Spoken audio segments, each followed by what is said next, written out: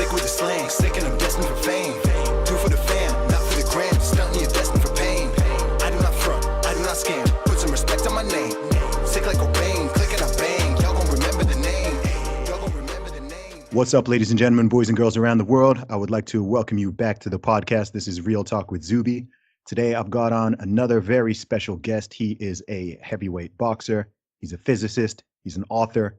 He's a speaker. All-around man of inspiration. Welcome to the podcast, Ed Latimore. Hey, how are you, man? Thank you for having me and accommodating my strange little schedule mix up today, but it's all good. No problem at all, man. It's great to have you on the show. So when I invite on guests, first thing I like to always start with is just an introduction, your background, where you're from, and what it is that you do. Sure. I'm Ed Latimore. My background is a little varied, I guess. You kind of touched all of that when you were introducing me. I boxed professionally for 10 years. Since retired, at least I have no intention of going back. I've picked up a physics degree along the way, which is kind of cool and rare, I guess.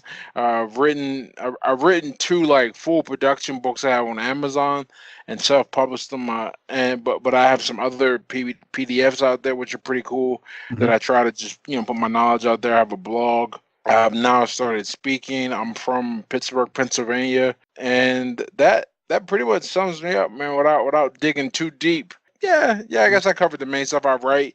I got my degree in physics. I served in the military here in the United States as well. Okay. For 4 years, it was cool. Got the rank of specialist, so didn't want to go the NCO route, which would have been an E5 or higher as a sergeant. Because as much as I end up becoming this kind of default leader to people, I really don't like taking responsibility for other people if I don't have to, and that's what an E5 would have had to do.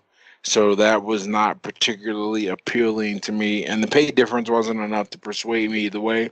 That's who I am. That's what I'm up to, and now I'm just taking the lessons from my life and try to put them out there because I didn't have an easy time growing up at all. I grew up in public housing here in the United States, really poor, surrounded by a lot of violence, a lot of ignorance, for lack of a better term, and it formed me. I mean, it gave me some lessons you can't learn, or rather, lessons you can't be taught. You can only learn. And there were also some things I had to overcome too as myself as I matured into a human. I would like to think I've left most of the negativity behind, purged it from my personality, developed it out. Now that I'm an adult, but you never know. Every now and then the hood comes out, and I forget who I am. And but you know what? I would rather be, at the end of the day, like if I had to pick, I would much rather be a savage that's intelligent than an intelligent guy that like has no concept of conflict, because this world is still a pretty brutal place. The difference is like how the fights are conducted. You don't have to worry about, especially as an adult, because we have laws. You don't really have to worry about somebody coming and like stealing off on you and knocking you out, taking your stuff. I mean, that can happen, and certainly you should be able to defend yourself and look like you're a poor target. I'm a big believer in that.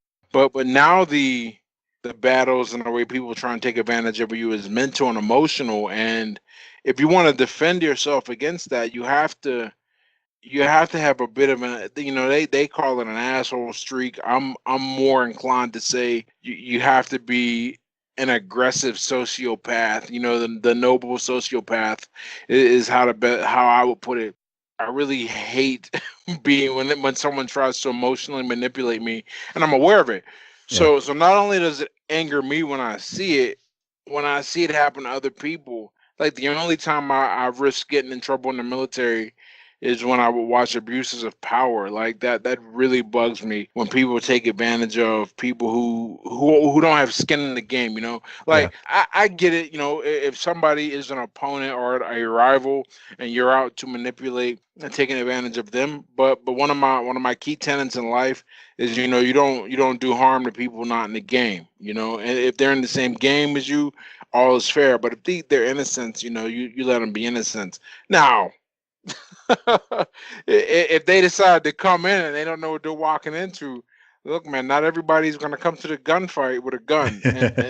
and that's cool. They'll learn the hard way. They'll get theirs. But yeah, that's I know I ended up rambling a bit on, but No, that's all yeah, right. that's who I am, where I'm from, kind of. Okay. Well, I think there's something, what you said there brought an interesting concept to my mind, which is the idea that to really be like a good man and a strong man, you have to actually be in touch with what you're capable of, right? You have to Yeah. you have to investigate your own shadow. You have to know, you almost have to have the capability to do harm and cause damage and then choose not to do that. If you don't even have the capability, you're just kind of weak by default. You're not necessarily good. It's no, right. You know what I mean, Nah, though. you're exactly It's, right. I it's not like you're. 100% believe this, man. Yeah. Like you can't claim to be disciplined if you never put yourself in the face of temptation. It's just kind of, this is this thing I want to declare myself to be. Like, no, you got to earn that. Just like you can't claim to be tough. Everyone, what is that all saying? Everyone's a good sailor in clear seas, right? Mm, But everyone is tough when there's nothing to be tough about. It's only when you gotta you gotta survive. You have some hardship, and like real hardship, man. Like, granted, I think everyone's perspective of their own journey is unique, and to them, that is the most difficult thing they've ever faced. mm, But with that said, I know what facing, genuine poverty is like. I know what facing, fear for your life daily basis. Can you survive in that? Do you have the grit to overcome an environment where everything, I mean, like everything. One of the things that I was really kind of grateful for is I got a small glimpse of a different kind of life growing up, and I really think that influenced me to not make many stupid decisions that would be irreversible, like something that would get me in prison. I came up and I didn't get to see much at all of an other life. There's nothing to even strive for. Can you overcome those circumstances? mhm, Like pretty much, where are the receipts? I call them the receipts. I've been meaning to write an article about this. I want to see how you've earned who you say you are. mm, One thing about me, you can, and people don't do it often, but every now and then you get these like weird where they like hate on the positivity that some people try and put out. But I guess it's like you were saying, if it's inauthentic, and yeah. I have an issue with that too. But what I'm always interested in seeing is like, how did you earn your stripes? If you're telling me you're X, Y, and Z, how did you earn the right to say that? Because for me, you can go look my story up. That's one of the things, when coming up in boxing is pretty much, I like to say, I'm undoxable. Like, you can't find out anything about me that's not going to get you in prison. You can get my credit card number and my social security number, but that's going to get you in jail, right? But you could look up through the athletic commission where I live. There's all kind of stories that they've written on my life and coming up. Not that just that I author, but independent research. Nothing I say or nothing I put out there is not motivated by my circumstance. Like you can see my receipts. I can show you. Look, man, I went through X, Y, and Z. I thought this way, and this way. Mhm, The stuff I'm saying is not. It may have been said by someone else, but you can see how I've applied it in my life. So whether it works or not is not even the question, or rather, if it's cliched or not. What matters the most is that I got something out of it, and if I got something out of it, you probably can too. We can kind of build up this whole way of like making these guys, making people in general earn kind of who they are. But here's the funny thing. I think about this too. I think about this like, when I have kids, how am I going to introduce them to things to where they develop the grit and they develop those qualities, because I like, look, in a perfect world, my children have the same kind of street smarts and toughness that I have, but mm, I would never want them to go through the same experiences I had to get sure. them. Not Yeah. even close. I'm very grateful for how I think and how I see things now, but would I want to go through the same process again to get them? No way. Look, man, if I could go back and do it all over again, put me in the suburbs with a family with a mansion, man. Like, forget that. I don't even want to know what crack smoke smells like. Forget Oh boy. Yeah. shit. That kind of, get that out of here. But these, this is just part of life, and now I'm grateful. But yeah, what you were saying is, back to the original point.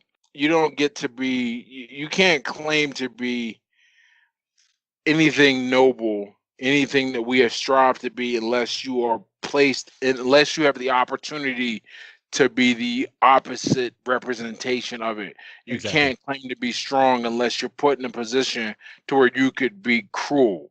You Yeah, know, you can't claim to be disciplined unless you're put in a position where temptation can affect you. exactly. Other than that, all you're doing is kind of accepting your lot. Yeah. I don't show me no weak pacifist. Show me somebody that's been in some battles and like, you know what?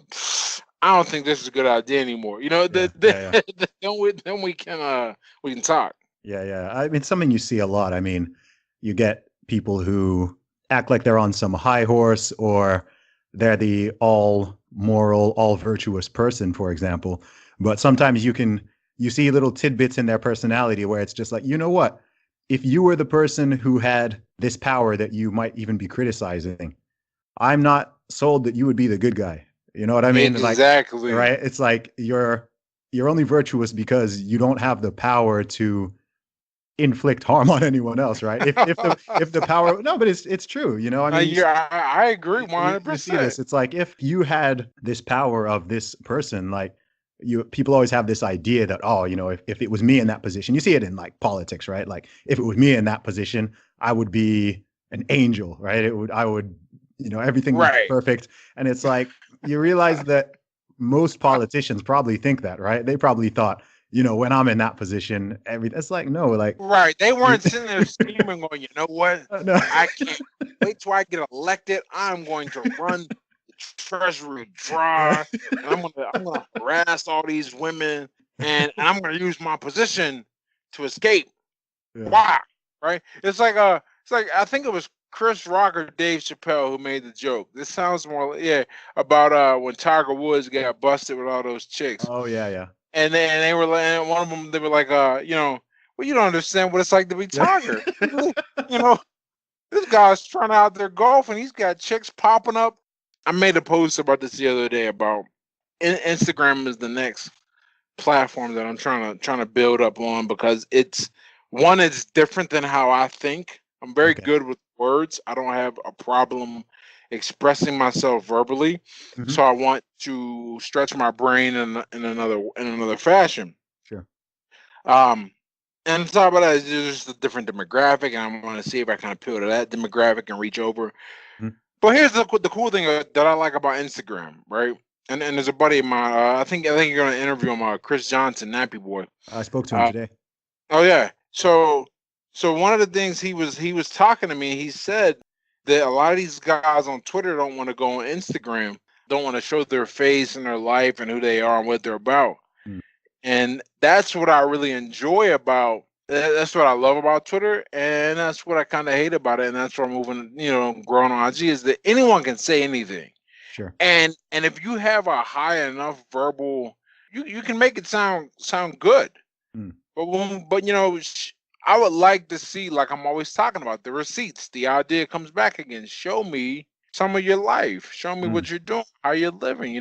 Look, like at the most extreme example, if I was running around telling people I'm a huge fitness guy, and you check my IG out and I got a freaking gut, you're gonna be like, hold up, what is this dude talking about? Right? Now I don't make, that's not my style. I don't make claims on anything. I mean, I think if I claim anything, it's like, I haven't drank. I'm a Mhm. sober guy, and I talk about what I'm doing in my life and everything. And once again, not only can you look it up if you want to, you can go on my IG, man. There's pictures in life. And, Yeah. this is how it is. And so what we aim to be is transparent. That's what I aim to be anyhow.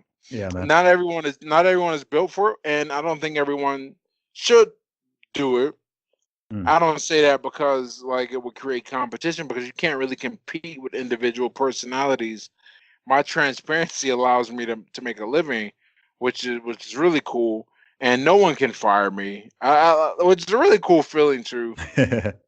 When humans get put in positions of power, bad things happen. That's part of the reason government is structured the way it's structured, to kind of remove one person's ability to be a human with power. Nobody can name like a virtuous dictator, can they? Right, but You know? every dictator, everyone's the hero of their own story. Every Yeah. dictator was like, you know what we need to do? This, Yeah. because that was bad, even though that is exactly what I'm doing now, Yeah. just calling it something different. I Yeah. had an argument with a friend of mine. He was saying he doesn't believe in free speech anymore. Doesn't I was believe in like, you free gotta, speech. yeah, he's like, I don't think you should have free speech. And I'm listening to that, and I'm like, and I'm trying to get him to realize, and everyone has these like blind spots. It's for even the smartest people, one of the smartest people I know. They have these blind spots when they come up against something that directly clashes with their emotional reaction. And that's one of the reasons why I'm a big fan of stoicism. Now, granted, I don't want to be like an unfun dick or nothing. I like to think I'm an enjoyable guy to be around and talk to, but I'm in control of my emotions. Anyhow, the benefit of practicing that is you never start to believe your own nonsense. I always am forced to kind of step back and look at what I'm saying and thinking, and so I can tell if I'm making a statement that is nonsensical, Yeah. and if I am making one that's nonsensical, I can recognize that and go, this is just how I feel. Hmm. I never and once you recognize that, no one can argue, but you also can't argue it either, right? Yeah. That's where you put that. Well, he's trying to argue.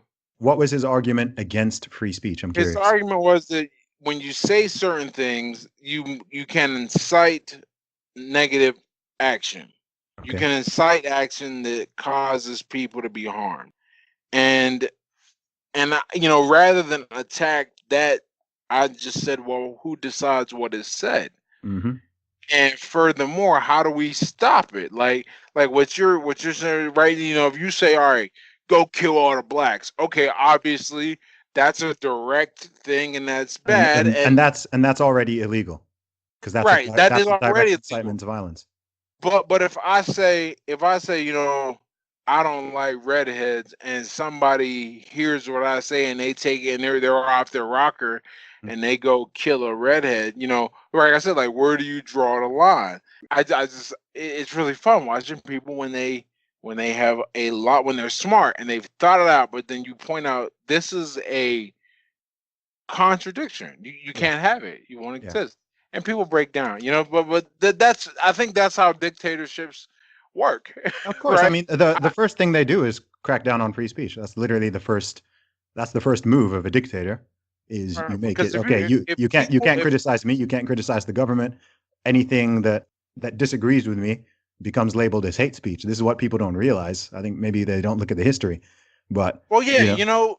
here's something scary. I realized looking at, but because I mean, you follow me on Twitter. I avoid discussing politics for the most part. I avoid discussing culture, but culture's got some interesting stuff, and I have kind of a different policy about it. But I get a lot of information through my channels because of all the different people and all the different networks I'm part of and I'm aligned with. And here's something that I'm worried about as our future moves on. Pretty soon, there's going to be no one left alive who was born when World War II was raging on. Mm. They're not going to have a memory. It's going to just be one of those things.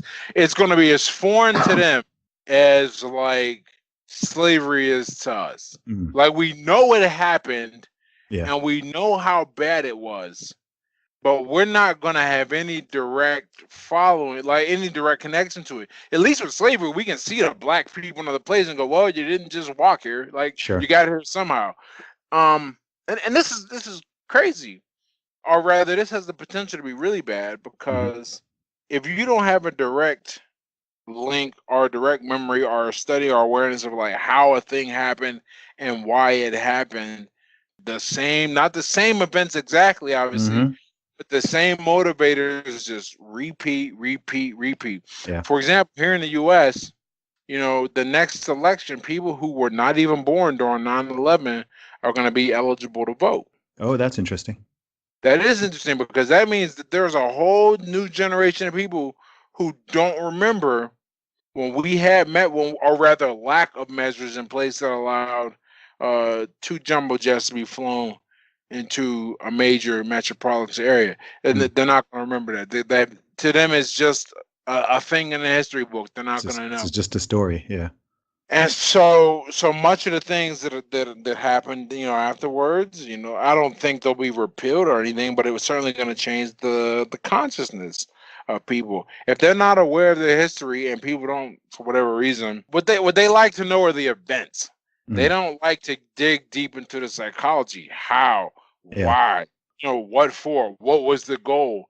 And one more thing to interject. One thing that's really interesting with that is when people do look at the stories of history, they only ever imagine themselves being the good guy. Okay. Right. So if someone thinks back to take an obvious example, take Nazi Germany, right? They never imagine themselves being the perpetrator. But people need to remember that a lot of the people who were the perpetrators or who were complicit in their silence, they weren't like psycho crazy people, right? Those were just like normal people. Those were normal men and women who I'm sure at the time didn't think things would go that far. And but you know what I mean? Like, Yeah. so people imagine, like everyone imagines, oh, I would have done this, I would have done this, I would have freed the slaves, right? Everyone imagines, oh, I would have. No one ever imagines themselves potentially being a slave owner, right? They think, oh no, I'm the person who would have led the revolution. I would have done the emancipation. And it's like, you have to look like deep into your own dark soul and Not think only like, that, right? yeah, You bring up another good point. Not only do they not put themselves possibly in the on the other side, mm, but they look at it from their position now going backwards. They don't look at it from the position they were in, moving forward. In other words, at that point in time, what you're doing is going against a precedent, right? Now, things are so established, we couldn't possibly imagine, something as basic. Look, something as basic as this, and being a black man, you get to say certain things, because no one's gonna call you on it because it's not crazy and it's not like attacking another group. Very simple. The ability to vote for blacks to vote in the mm-hmm, United States, right? Obviously I'm not saying that we shouldn't be allowed to vote or anything like that. All I'm saying is an exercise from our imagination to go back and imagine how slaves of any conquered section are treated. You got to earn it, not earn it, but eventually the consciousness changed. Certainly having a war where you get to choose a side in who you're gonna fight for, things of that nature. But no one ever looks back and goes, okay, well, things were a little different then, and they always just look at it and go, well, things are different now. Well, of course they're different now. We've had so much time for things to change. And whether they change for the better or worse, in other instances, not mm-hmm. slavery. I can't. Here's what's crazy. I can't even believe I have to like specify that. Like, and I have to. All Yeah. right, two black guys talking, and I have to make it clear that Disclaimer. I'm not saying that it was a questionable move to Yeah, give African Americans the right to vote. But I yeah. have to say that because somebody's going to hear it, and reading comprehension is at an all-time low today. It really Twitter is. shows that Yeah. people will read. It blows my mind. They will read a statement and then the words. Right? It's not like I have to remember what you say to me. You can just go back and look at it. Look up what each word means if you're not sure. Mm-hmm. The idea is that you know the language, so you can put this together, and they will start arguing something that has not even been said Yeah. implicitly or explicitly, and I'm just like, and I just go, cool, like that's all I can do. I'm like, cool, man, like what am I supposed to say to you? We're sitting here talking about this, and you all of a sudden are matter. Some people got it. I was like, look, if I say I don't like if I say apple juice is disgusting and you start arguing me that I'm anti-fruit, I'm gonna ignore you. And some people got it. Yeah. I think most people got what I was trying to say. But there were a lot of people that we talking about. We mean fruit. Oh my Yeah. God, man. Yeah. But that's how it goes, man. People that's just humans being humans. You know what else Twitter is showing me? We don't think about this. I don't know if you've ever seen the normal distribution for intelligence, how like the average is like 100 and then there's one standard deviation 152, right? Mm-hmm. Well, here's the thing you don't think about, and this is just math. I'm not dissing anybody. I'm just looking at the numbers and the research. Mm-hmm. Here's what you forget. less than 68% of people are not that bright, Mm-hmm. and less than 50% of them are below average. That's a Yeah, lot of people, and we don't think about that because we flock around people of our own intelligence level, whether it's high or low. sure. And because they're of our own intelligence level, we don't generally have a basis for comparison in our daily lives. I mean, if you're an average person, you're not spending a lot of time around Nobel Prize winning physicists any Sure, more than you are around like trailer trash. sure. It's just two different levels. But Twitter is different because you get on Twitter and you can interact with everyone around the world, Mm-hmm. and you realize the truth of this statement. I started playing this game where like I can look at the reply, and by the quality of the reply, I can predict with like 90% certainty whether the person follows me or not. I can look and I go, okay, that's really stupid. I like I bet they don't follow me, and I look and I go, hey, and Yeah. but I'm still very grateful for all the people who I have access to and who find value in my words. And I never, I mean, unless somebody like really takes an intentional shot at me on that platform, I'm not there to insult people. No. That's not part of my game, man. Like, But to some of these people though, it doesn't matter because again, I don't know if it's just like a pure intelligence thing, but a lot of people don't understand that you can make a general statement that somebody may fall into and you are not targeting them. Okay? Someone will make a statement like it's better for a child to have a mother and a father. It's harder for single moms, okay? Like someone will say men are stronger than women. Okay? And then someone will come in and go, "Oh, but I know a woman who is stronger." And you're just like, dude, like this isn't you're trying to like explain the concept, and I'm just like, that's not a rebuttal. Like I'm not saying every single man in the world is stronger than every single right. woman in the world. I'm just making a general statement based on data, which anyone can easily verify, talking about a trend. Like we generalize all the time. I'm not attacking you. I'm not attacking you. I'm not attacking anybody. I'm just saying, like, this is a fact, generally. Right. Intelligent people tend to think in nuance. Mm, Absolutes are easier for people who are not that intelligent. yeah. And notice I'm going back to intelligence because I genuinely believe it is. Yeah. Uh, A lot of smart people do the binary thinking thing too, though. I have that's experienced this. that's true. You know what? That's true. Maybe they're not as smart as we think they are. Who knows? But it's right. It's the difference between a deterministic statement and a probabilistic one, Yeah. and people can understand that the probability of the statement being true is much higher on an individual case. It's not a binary one. Like I can't say something like humans can breathe underwater. Like, okay, But you know. I've got a friend who, But I got a friend who had gills put in. I'm like, okay, here we go, right? Some of the tweets that I've gotten like the craziest bit of random hate on.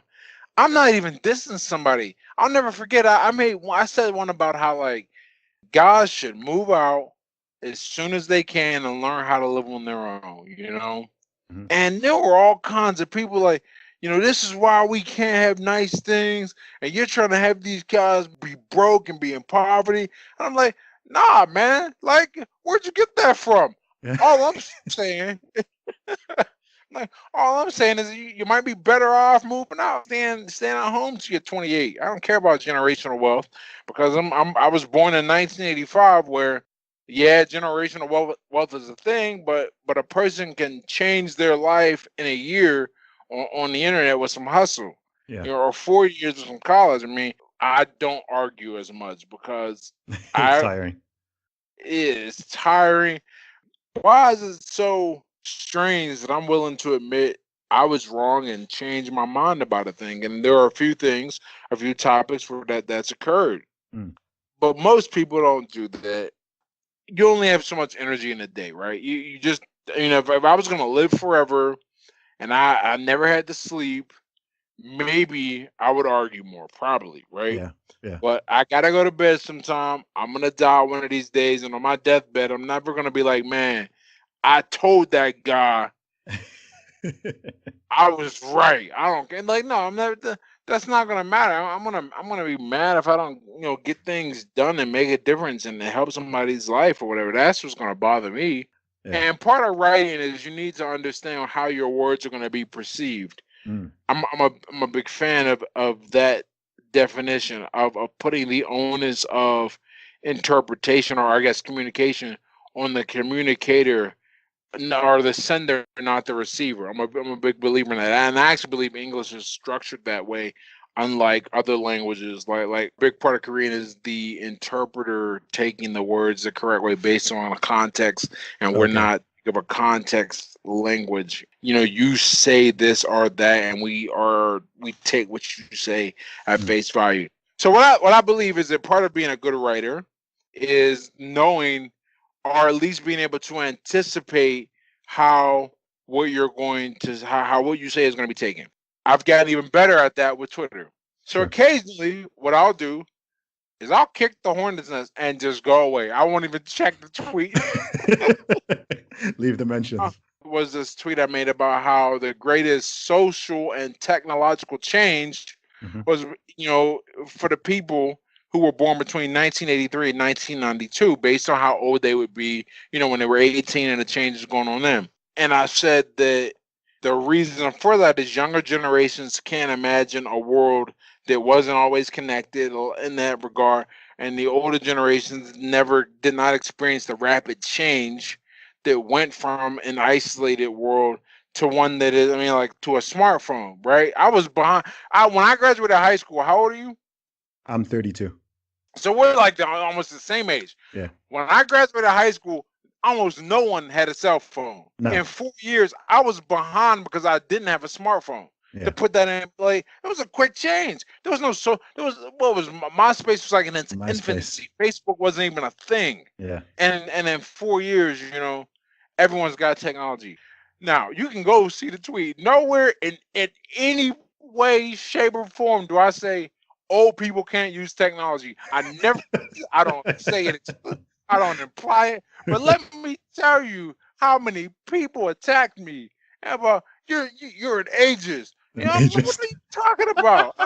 First of all, what the hell is an ageist, man? Like, people invent all kinds of ish and iblisms to or ish and isms to justify something. Yeah. I was looking at somebody's post on Facebook the other day.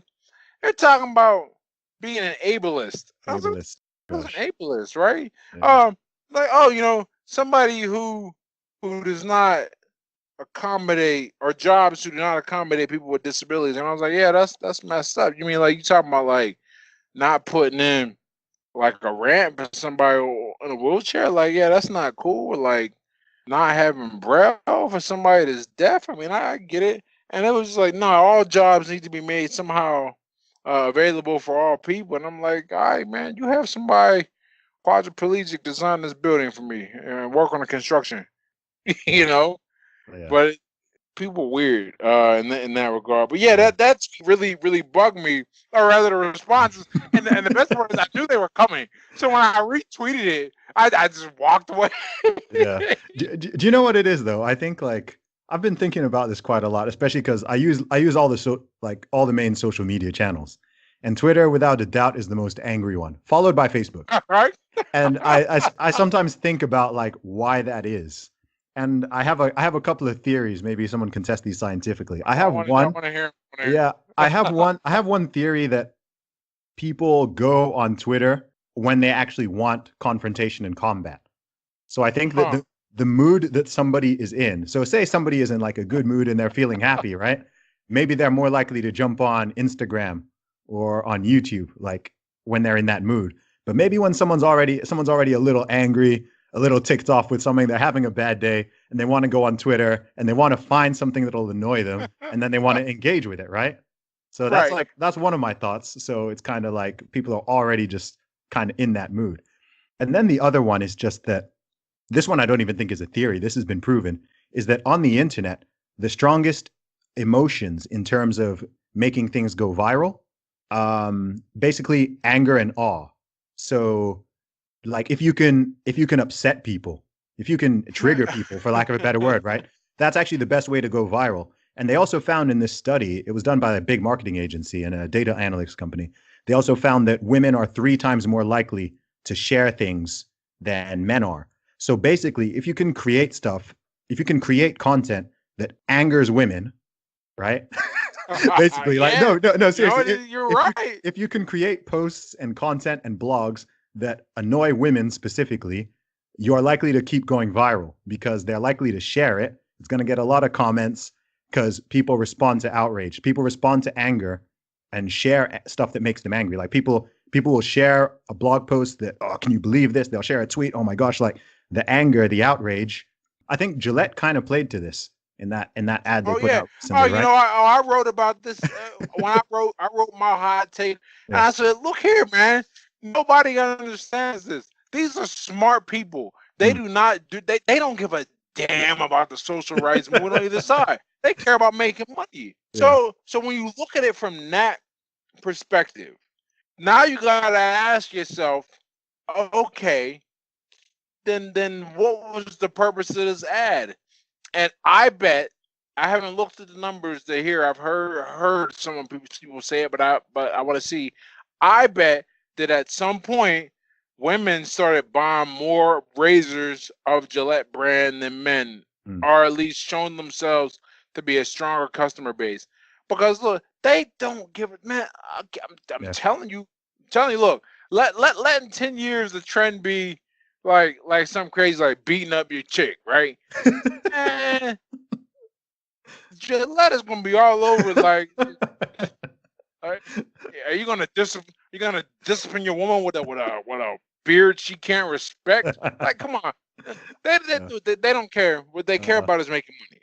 No, they really do. And That's why so, it's kind of funny on both sides of the reaction, because the people who are like they're applauding, I'm kind of like they don't care. They're just doing this for your money. They know that you're going to stand up and applaud and talk about how great it is and think that they're all virtuous and that they care about this and that. It's like they don't care, right? They had girls in flipping cat suits with right, like Gillette across the butt not that long back ago. when that was selling, right? Back when that's what was selling. Perfect example. Yeah. Put the logo on the ass of some spandex. Sell razors, boom. Oh, now it's respect women. Sell Yeah. razors, boom. Yeah. You know, people freaked out. I don't know. You're in the UK, right? Right. So I don't know if you guys got the same commercial because it's more of an American issue, but the Nike commercial with Colin Kaepernick. Oh yeah, I saw it. And I said, look, y'all gotta look. This ain't no accident, man. That they don't care about the struggle. Come on, man. They've been pimping out blacks for years. Y'all out of your mind. They know how we react to Jordan, man. Come on. Like let's look at this and see what it is.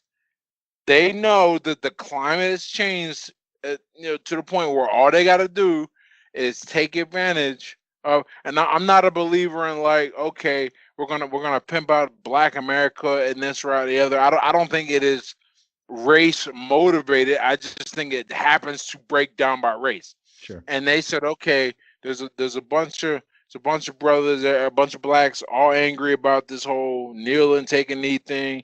Colin Kaepernick has turned into this kind of symbol. We got the white guilt too. You know what? It's time. Let's pull the trigger. Let's make a commercial about Kaepernick and our shoes, and let's sell them. Yeah. and sure enough, and they were like, Jordan ain't played in a while. Jordan still look hot. What are we gonna do? Here's what we'll do. Okay, boom. Like literally, it's a game, and smart marketing is about finding the angle. Is they do not care about it, because at the end of the day, whoever was working on that team and the CEOs of that company, they're paid. They don't care about us squabbling over some nonsense. They don't. Come on, man. Like think about that. This is one of the reasons why I work so hard. I understand that freedom is found in dollar signs, right? If I can go where I want to, if I can mount a legal defense against any type of nonsense that comes my way, I'm not going to be stressed. You know, people think they expose these actors or whatever or Hollywood and they tripping.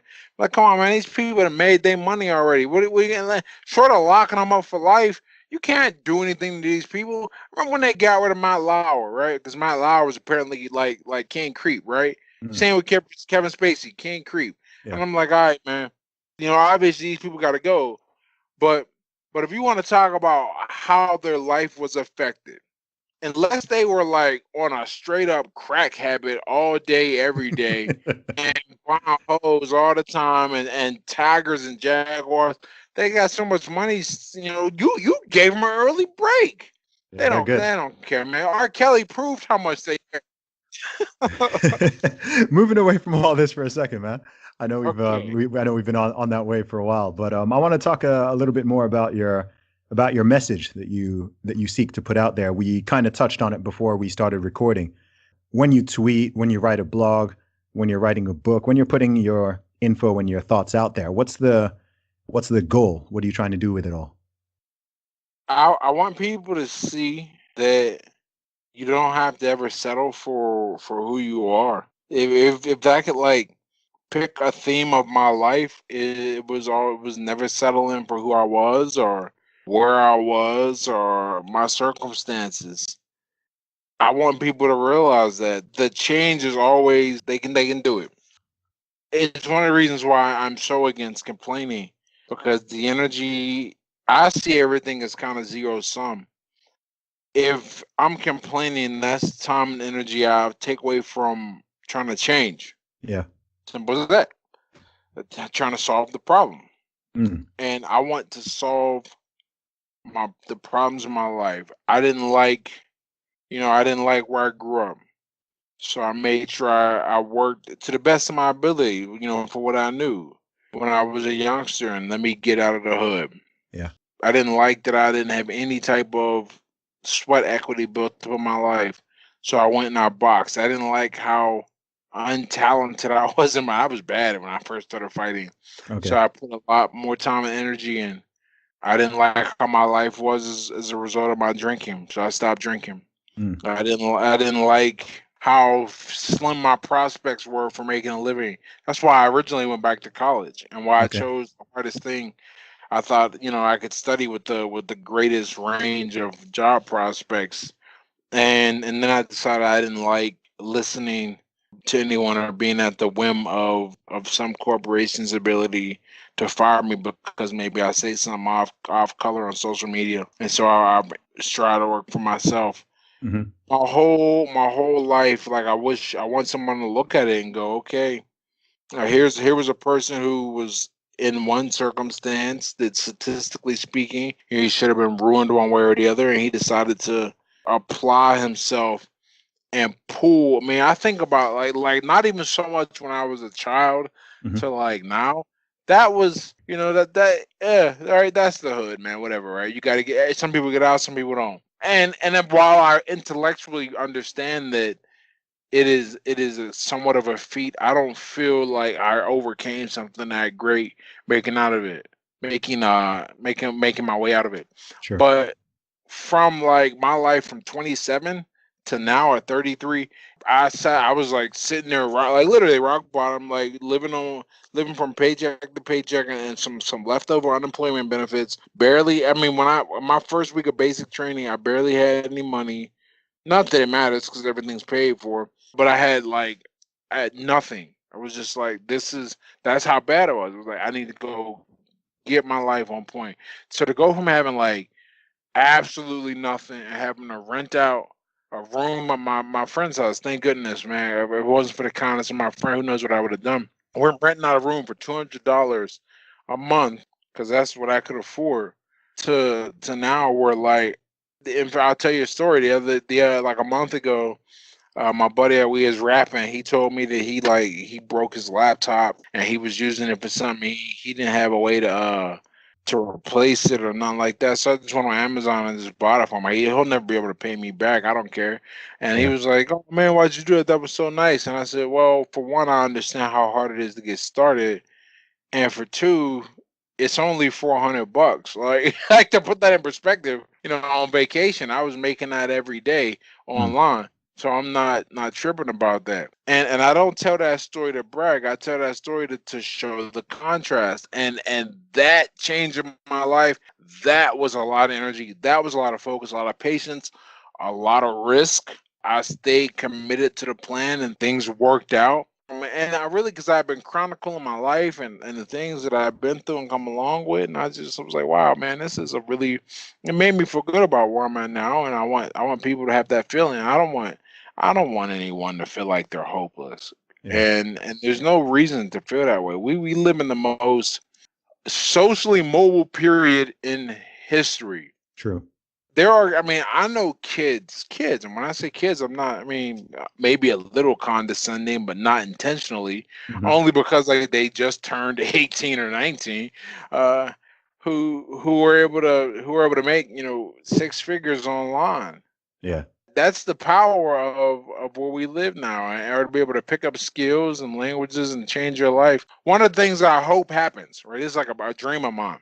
I don't know how far I can go in facilitating it, but I really, if I ever have a non-profit idea or whatever, this will certainly be it. I want to be able to show kids in the hood that like you can go with a laptop now, start an e-commerce business, Hmm. and you could be making the money you make on the corner times 10 legally, Yep. and not and bettering yourself at the same time, and and not destroy the community. That's what I would like, because that's where we live now. We live in an era where that's possible. Hmm. So if you have the drive and you have the determination, yeah, there's no reason why a 16-year-old kid can't go pick up, maybe it's part of the program. We give them like $200 laptops, because that's what they are now. The Yeah. laptop I'm on is probably 350, 400. You can build a great thing out. You can put together information,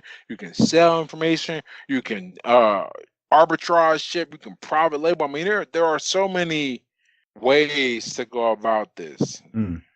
How did you actually start?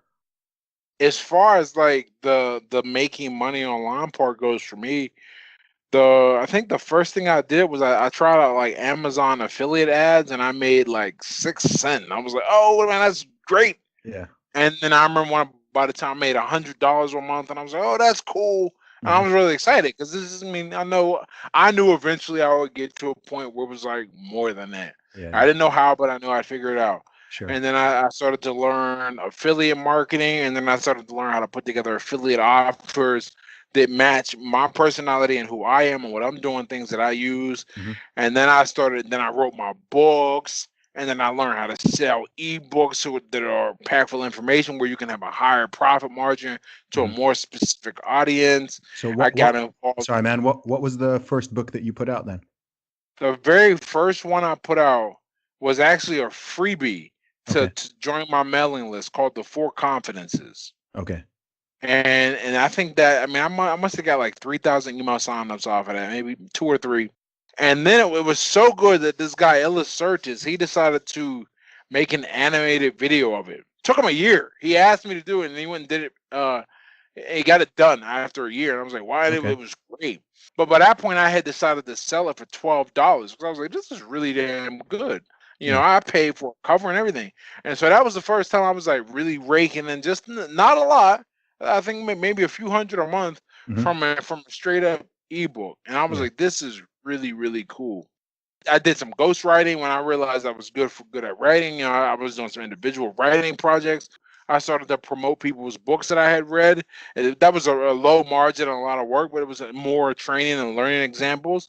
And then what else happened in terms of things I put together and sell? I didn't put together a thing. I personally would sell for a little while, and then I put together my Twitter book, my engagement book, and that ebook I sold for $37, and that was most money I'd ever made in 7 days. Okay. Getting aligned with people and working with their affiliate offers, and I really liked doing that, because I got to see what works well, what doesn't. In the purest definition of the word, I think I would say I spent most of 2018 in an apprenticeship kind of model, Okay. not just for e-products, and I made a lot of money affiliating e-products, but also physical ones. I made a lot of money there.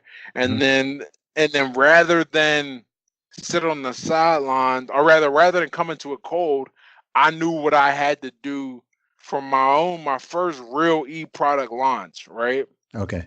And so as a result of that, I was able to have, I think in 6 days, I did 19.5 thousand from an Wow. ebook. Wow. And that's because I spent so much time learning and working with other people. And the cool Sure. part is I was getting paid working with them. It's not like I wasn't. So now I understand. So now what I plan to do is to have another thing come up and another thing, because I really spent time learning from people and seeing different styles. Mm. And everybody wants to jump right in head first and know this game. But like even now, like you said, you were talking to Chris. I'm working with him now on my first private, like I guess it's called private labeling, whatever, Okay. where Yeah. I make it right. And I'm gonna learn and work with him. If you just spend the time learning, well, one, you should be able to make money learning. That's the best part about another great part about the internet. You can make money learning. Okay. It's Yeah. so Yeah. great. And then when you're ready to go off on your own, you're gonna have the support of someone. I haven't had a single person be like, you know what? Yeah, no. Like your competition, because you should have come with your own set of skills and interests and be able to go, okay, this is what I offer, but I know the basics of it, how to set up an affiliate program, how to join it, how to market correctly, how to Mhm. write well enough, how to have it integrate with my personality, things that I nature. Little things, little small things that don't seem that big of a deal, because I certainly didn't think they were that big of a deal. How to ethically take advantage of FOMO marketing, because I've seen it done, fear of missing out. I've Yeah. seen it done different ways, and I figured out what I think is the best way to do it, Hmm. and it worked well for me with the book, and I think it's going to work well for the next thing I do. We'll see, Yeah. Yeah. and it's been That's a good. really fun journey, and most importantly, and this is what I feel good about, and I don't hate it. I'm not hating on anybody who does go the route of I'm gonna teach, copywriting or sales or marketing. To me, that feels a little pyramid schemish. Like I understand there's a market for that. I Mm. get it. Everything I do, I try. Not try. I mean, I stay away from it. My Twitter book is about how to grow and write on Twitter. Mhm. My book, my two books on Amazon. One is about sobriety. The other is just a collection of my essays. The physical product I'm involved in is a CBD oil. The Okay. next thing I'm teaching, or the next thing I'm putting out, is a collection of my newsletters and of my books and everything. Then I'm putting together a course about dealing with sobriety and forgiveness. Okay. I'm I'm taking everything I'm learning and actually trying to be an example of here's how we use it to create other products, Gotcha. right? Everybody wants. I mean, and dude, it's crazy because it's the low hanging fruit of e-commerce and internet marketing. Let me teach you how to make money, you know, Mhm. and as you sell that, you make money, Yeah. right? Yeah. I get it.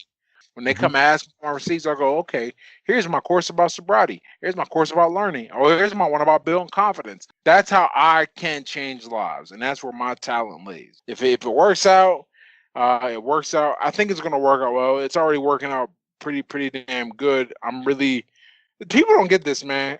Because like, I'm, I'm from the hood, man. Like, and even though I've been away from it for a long time, there's still little things. Like I was saying earlier, I love traveling because we couldn't do that when I was a kid, man. Yeah. There's nothing. I didn't leave the country for the first. I actually didn't leave the continent of North America because I went to like Mexico one time when I was like 19. Okay. I didn't leave the continent of North America until I might have been 30. It took me that long. Where was the first place you went?